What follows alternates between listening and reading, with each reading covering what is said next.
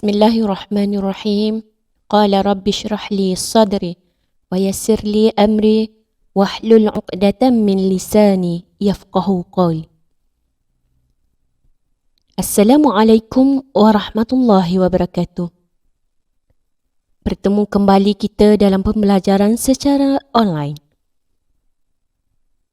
Hari ini tajuk pembelajaran kita untuk subjek pendidikan Islam tingkatan 2, bidang sirah dan tamadun Islam. Pelajaran hari ini adalah terbitnya Fajar Dakwah. Para pelajar boleh buka buku muka surat 146. Sebelum kita teruskan pembelajaran kita pada hari ini, marilah sama-sama kita tengok kepada standard pembelajaran kita pada hari ini. Yang pertama,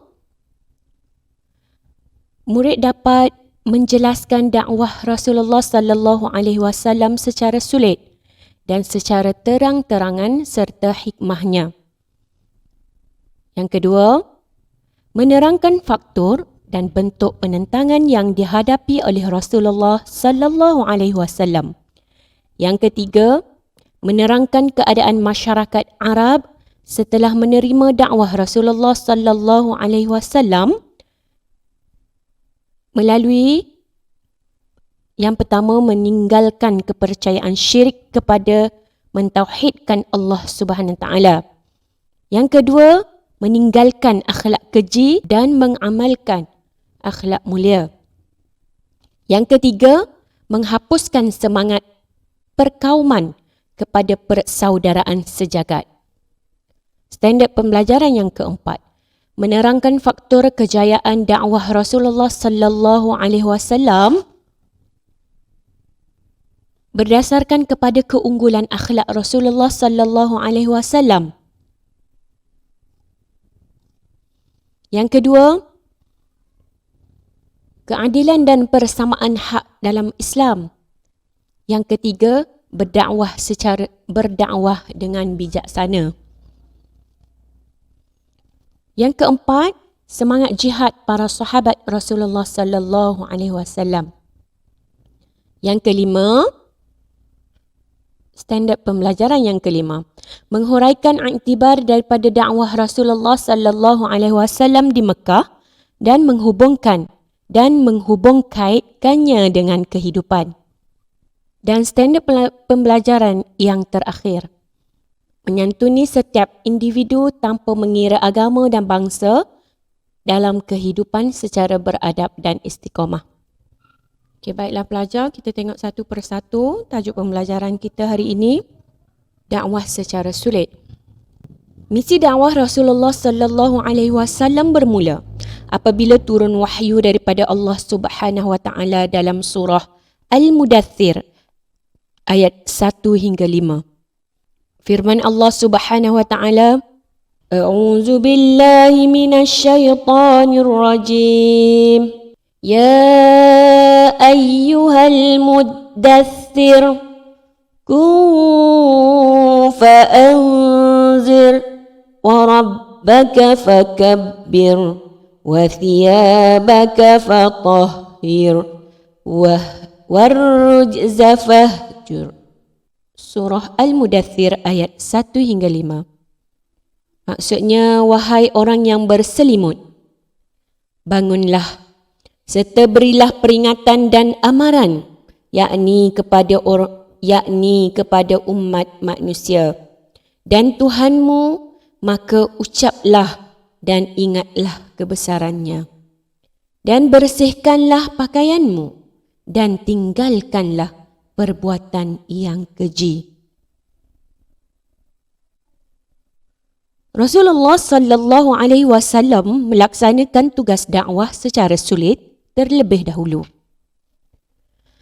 Pada peringkat ini, baginda menyeru individu daripada keluarga terdekat dan sahabat yang rapat. Antara orang yang awal memeluk Islam termasuklah Sayyidatina Khadijah radhiyallahu anha, isteri baginda. Ali bin Abi Talib, sepupu baginda, dan Zaid bin Harithah, pembantu baginda. Hal ini diikuti pengislaman Abu Bakar, sahabat baik baginda. Abu Bakar pula berjaya berdakwah kepada orang yang berpengaruh dalam masyarakat seperti Uthman bin Affan dan Abdul Rahman bin Auf. Dakwah secara sulit ini mengambil masa hampir 3 tahun. Dalam tempoh tersebut, umat Islam berjumpa dan solat secara bersembunyi di lorong atau di lembah yang jauh daripada pengetahuan awam. Pusat penyebaran Islam pada masa itu ialah rumah Al-Arqam bin Abi Al-Arqam. Seterusnya para pelajar, kita tengok kepada dakwah secara terang-terangan. Dakwah secara terang-terangan terbahagi kepada 2, iaitu kepada kaum kerabat dan kepada masyarakat awam. Kepada kaum kerabat, dalilnya firman Allah Subhanahu wa taala dalam surah Asy-Syu'ara ayat 214. A'udzu billahi minasyaitonir rajim. Wa anzir 'ashiratakal aqrabin. Sadaqallahul azim. Dan berilah peringatan serta amaran kepada kaum kerabatmu yang terdekat. Manakala kepada masyarakat awam, berdasarkan kepada dalil firman Allah dalam surah Al-Hijr ayat 94. A'udzu billahi minasyaitonir rajim. Fasda' bima tu'mar wa a'rid 'anil musyrikin. Oleh itu, sampaikanlah secara berterus terang apa-apa yang diperintahkan kepada kamu, wahai Muhammad, dan janganlah engkau hiraukan bantahan dan tentangan kaum musyrikin itu. Okey, seterusnya pelajar, kita tengok strategi dakwah. Strategi dakwah terbahagi kepada 4. Yang pertama, ucapan awam. Baginda naik ke Bukit Safa dan mengajak masyarakat Mekah beriman kepada Allah Subhanahu wa taala dan meyakini hari kiamat. Yang kedua, mencari sokongan. Rasulullah sallallahu alaihi wasallam bertemu dengan kabilah-kabilah yang datang ke Mekah pada setiap musim haji. Pertemuan dibuat pada waktu malam untuk mengelak gangguan kafir Quraisy. Yang ketiga, mencari tempat selamat.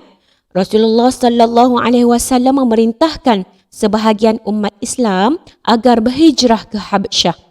Habsyah negara yang aman dan mempunyai raja yang baik. Yang keempat, mengadakan jamuan.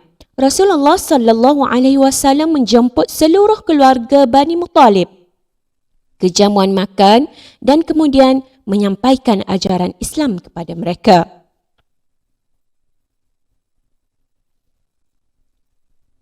Hikmah strategi dakwah. Dakwah ialah tugas Rasulullah sallallahu alaihi wasallam. Melalui dakwah, ajaran Islam dapat disebarkan kepada seluruh manusia. Dakwah yang dilakukan oleh Rasulullah sallallahu alaihi wasallam bukan sahaja melalui kata-kata, tetapi juga melalui tingkah laku dan akhlak yang mulia. Rasulullah sallallahu alaihi wasallam melaksanakan dakwah secara terancang dan berstrategi. Antara hikmah strategi dakwah Rasulullah sallallahu alaihi wasallam termasuklah strategi secara sulit. Hikmah yang pertama, menetapkan akidah umat Islam yang masih baru dengan ajaran Islam. Yang kedua, memastikan ajaran Islam dapat diterima tanpa gangguan. Yang ketiga, untuk kemaslahatan dan menyelamatkan nyawa umat Islam yang menjadi penggerak dakwah. Hikmah strategi dakwah secara terang-terangan. Yang pertama, menyuntik semangat berdakwah dalam diri umat Islam. Yang kedua, menimbulkan rasa tanggungjawab umat Islam untuk menegakkan syiar Islam. Dan yang ketiga, kemaslahatan untuk menyelamatkan nyawa umat Islam yang menjadi penggerak dakwah. Faktor-faktor penentangan kaum musyrikin. Terdapat 4 faktor penentangan kaum musyrikin. Penentangan dari segi agama, penentangan dari aspek agama, penentangan dari aspek sosial, penentangan dari penentangan dari aspek politik, dan penentangan dari aspek ekonomi. Penentangan kaum musyrikin dari aspek agama, mereka berpegang kuat dengan kepercayaan nenek moyang mereka, iaitu percaya kepada Tuhan yang berbilang. Mereka menolak keesaan Allah Subhanahu Wa Taala dan menafikan hari kebangkitan. Yang kedua, penentangan kaum musyrikin dari aspek sosial. Mereka berpegang kuat dengan semangat perkauman dan mengamalkan perhambaan. Oleh itu, mereka menolak persamaan taraf dan keadilan masyarakat yang dibawa oleh Islam. Penentangan kaum musyrikin yang ketiga dari aspek politik. Golongan bangsawan dan kaya tidak mahu kehilangan kuasa. Mereka melihat Islam sebagai ancaman yang membahayakan kepimpinan mereka. Faktor penentangan yang terakhir iaitu dari aspek ekonomi. Golongan pengukir dan peniaga berhala merasa ekonomi mereka terjejas. Hal ini kerana Islam melarang penyembahan berhala. Okey, baiklah pelajar, kita tengok bentuk penentangan yang dihadapi oleh Rasulullah sallallahu alaihi wasallam.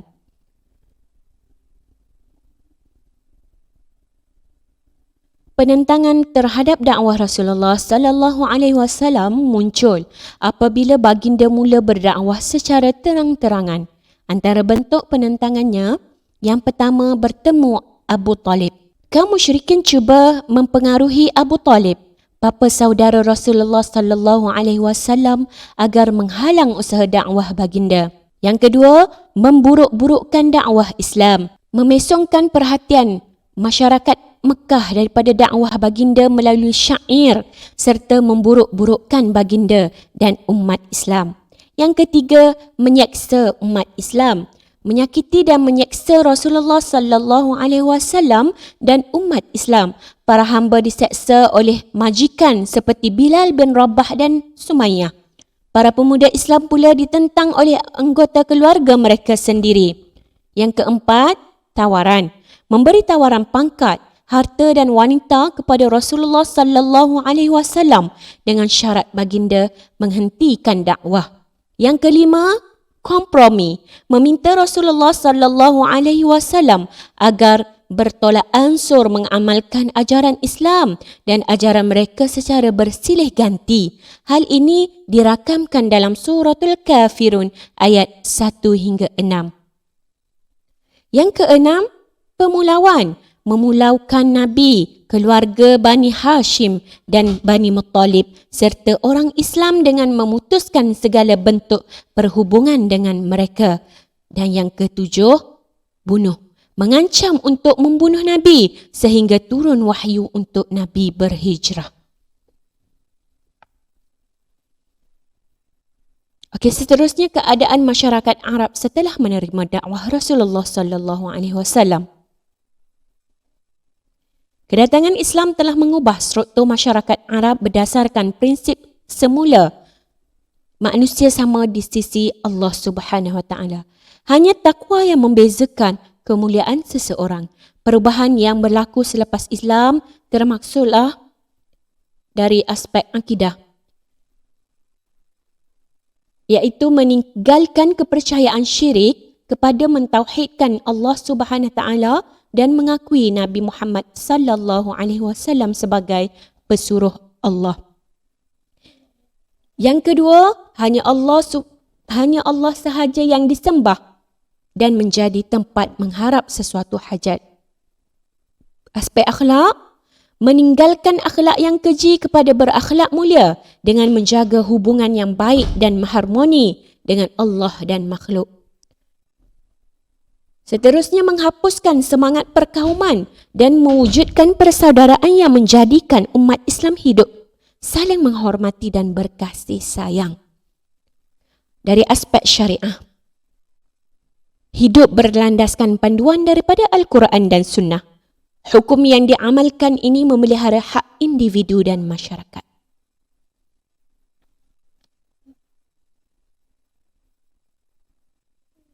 Okey, baiklah pelajar, kita tengok kepada faktor kejayaan dakwah Rasulullah. Terdapat 4 faktor kejayaan dakwah Rasulullah sallallahu alaihi wasallam. Yang pertama, keunggulan akhlak Rasulullah sallallahu alaihi wasallam. Sebagaimana kita ketahui, Rasulullah sallallahu alaihi wasallam mempunyai akhlak yang tinggi dan terpuji sehingga mendapat gelaran Al-Amin, iaitu yang jujur. Kepribadian yang unggul ini menjadikan masyarakat Arab tertarik kepada seruan baginda. Yang kedua, keadilan dan persamaan dalam Islam. Ajaran Islam membawa keamanan dan kesejahteraan. Sebagai contoh, keadilan dan persaudaraan dalam Islam dapat memelihara hak setiap individu. Yang ketiga, kebijaksanaan Rasulullah sallallahu alaihi wasallam. Baginda sentiasa berfikiran positif dan yakin dengan kejayaan Islam. Baginda berdakwah secara teratur dan berstrategi. Kebijaksanaan strategi Rasulullah sallallahu alaihi wasallam berjaya menjadikan Islam berkembang dengan sempurna. Dan yang terakhir, yang keempat, semangat jihad yang tinggi. Umat Islam mempunyai keyakinan dan semangat jihad yang tinggi. Mereka sangat yakin kepada Allah dan hari akhirat, menyebabkan mereka sanggup menghadapi pelbagai rintangan untuk mempertahankan akidah. Okey, standard pembelajaran yang terakhir, iktibar daripada dakwah Rasulullah sallallahu alaihi wasallam di Mekah. Terdapat 4 yang iktibar yang kita boleh ambil daripada dakwah Rasulullah sallallahu alaihi wasallam semasa berada di Mekah.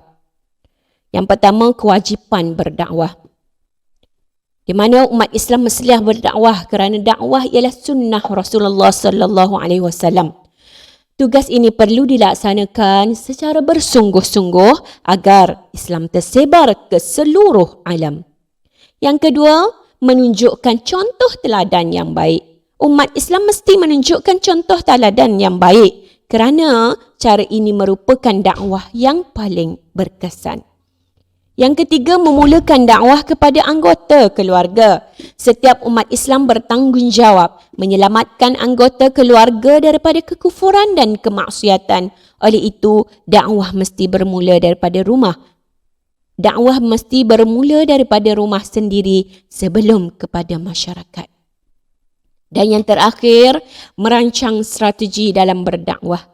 Berdakwah perlu dilakukan secara terancang dan berstrategi dan bukanlah mengharapkan perkara luar biasa berlaku supaya mendapat hasil yang baik. Okey, baiklah pelajar. Itu saja untuk hari ini. Kita jumpa lagi di lain waktu. Wabillahi taufiq wal hidayah. Wassalamualaikum warahmatullahi wabarakatuh.